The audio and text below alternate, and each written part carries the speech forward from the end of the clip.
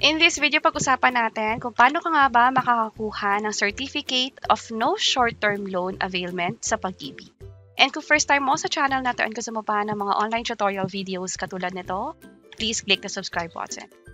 Para makakuha ng STL o yung tinatawag na Certificate of No Short-Term Loan sa Pag-ibig, pwede mo siyang makuha sa branch. Pumunta lang sa pinakamalapit na branch ng Pag-ibig sa inyo. And then, sabihin lang sa guard na mangingi kayo ng certificate or nung STL na tinatawag. Papapuntahin nila kayo sa information desk at iti-check kung kumpleto na nga yung requirements ninyo.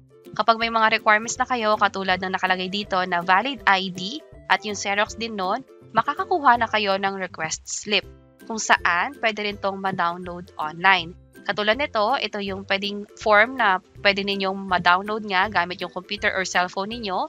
Lalagyan nyo lang to ng complete name ninyo, yung Pag-ibig MID number, dapat alam nyo din, and para saan nga ba yung purpose ng pag-request ninyo ng STL.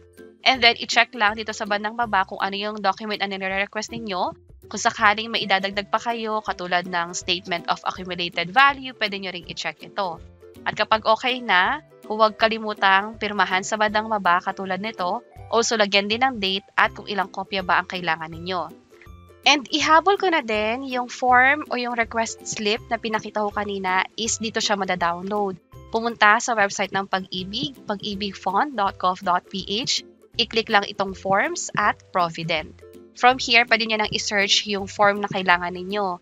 So yung kanina is request slip, so i-type lang dito yon, and then i-click lang itong PDF, ma-access nyo na yung form na kailangan ninyo. Ang maganda pa dyan is bukod dito, let's say may kailangan pa kayong isabay na ilakad, gusto ninyo ng Loyalty Card Plus, meron ditong Pag-ibig Loyalty Card Plus application form na pwede nyo rin i-download at fill upan habang nasa bahay kayo.